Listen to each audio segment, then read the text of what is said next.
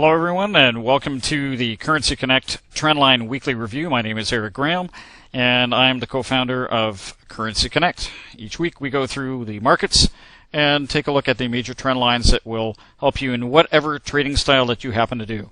So let's at first take a look at the pound US 1 day, and as we can see, we have a major trend line that the pound has been hitting over the last 4 or 5 days.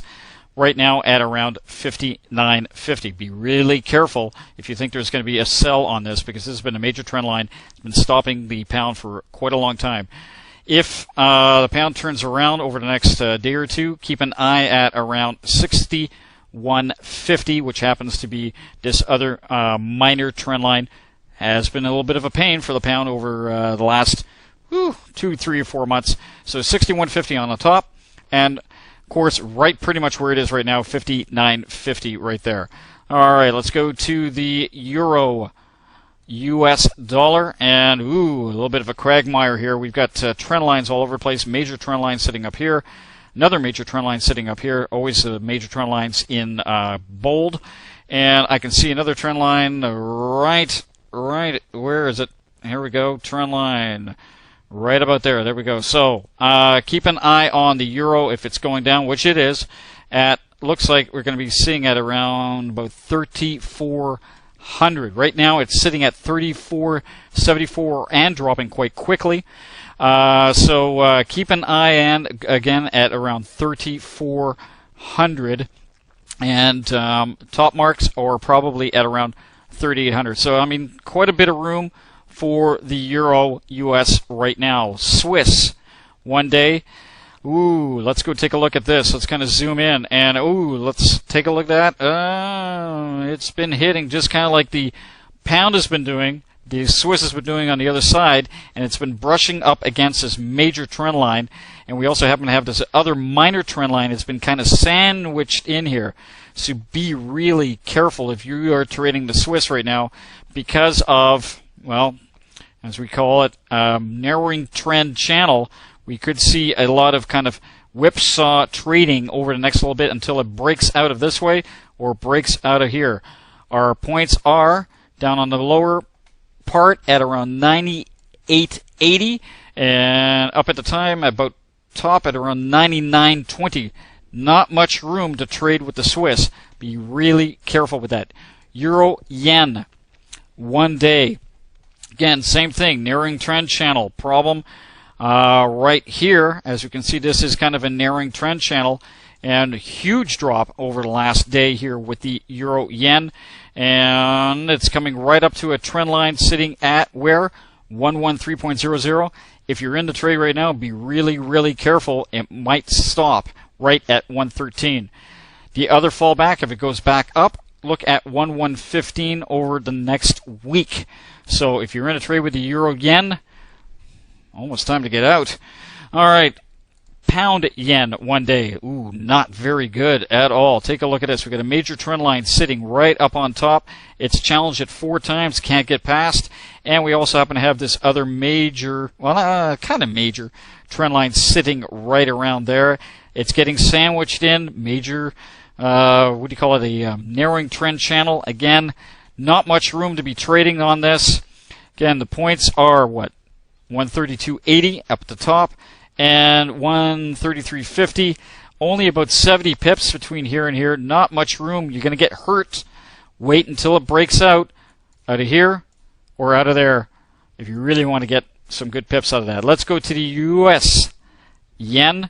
And finally, the yen has gotten out of this downward spiral. We have seen now a definite push upward. Let's kind of zoom in on this so you can kind of take a look. There we go.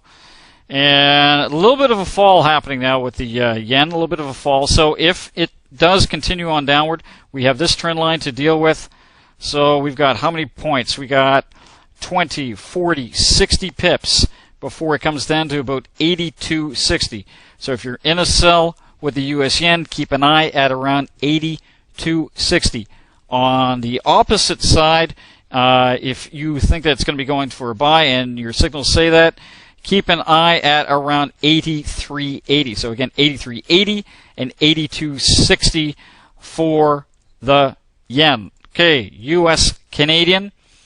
Canadian's been loving what? It's been loving the par, and now it's kind of in a narrowing trend channel, as you can see here. Really getting narrow, kind of boxed in. Is it going to bust out of here and go back up to about 400? Or is it going to turn around and come back down to 1,000? Whatever happens, be really careful right now trading the Canadian. You zoom in on this because, again, narrowing trend channels, this is where you really get beat up in trading because there is only 50 pips between here and here, and you got to be super quick to get in and out of trades where it's just going to be whipsawing you out. So my advice, wait till it breaks out of this or heads back down to 1,000. All right, let's get on to some of the commodities. Crude oil. You know what? It did a nice try at 88, and of course, if you take a look at this trend line, this is why it stopped at 88.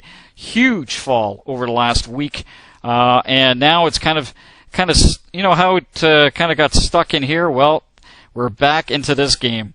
So our 2 points are 83 and 81. So you get about 200 pips. Yes, there is some room around here. When it's kind of going this range trading for oil. But, you know, be careful. Just grab 50, get out. Grab 50, get out until it finally breaks out of either 8,300 and or 81, going back down to about 77 over the next month or so. All right, silver. One day, hit 29, exactly what I had said before. I said it was going to probably hit about 29. What did it do? It hit 29. And what did I tell you?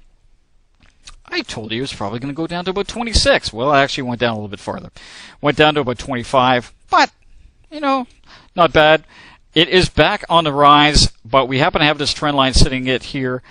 Looks like at about 28.50-ish. All right, 28.50. So if you are in silver right now on a buy, keep that in mind. And, you know, we could see a bit of another turnaround come back at around 26.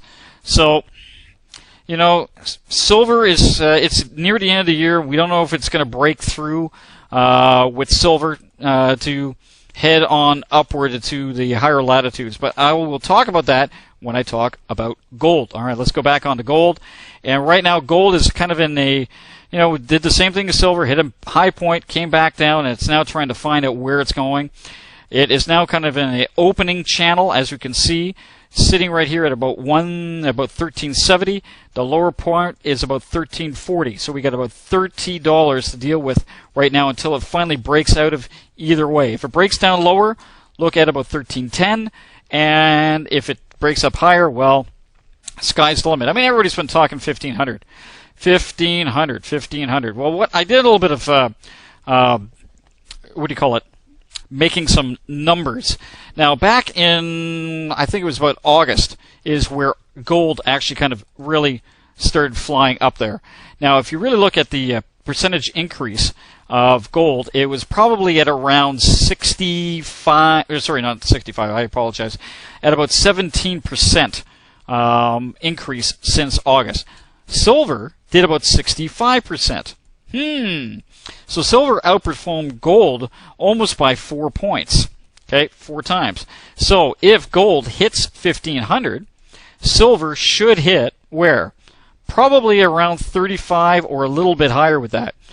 Could be some good times coming up. So this is the trend line review for Currency Connect. Just make sure that you come and join us at Currency Connect and take a look at some of our programs, download it. We'll be doing this trendline review again next Monday. Until then, happy trading, and may the pip be with you.